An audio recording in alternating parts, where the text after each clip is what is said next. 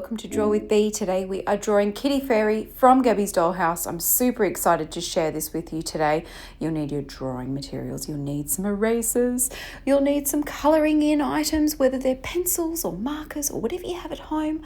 I've also used some amazing glitter pens today on Kitty Fairy's wings, which are super cool.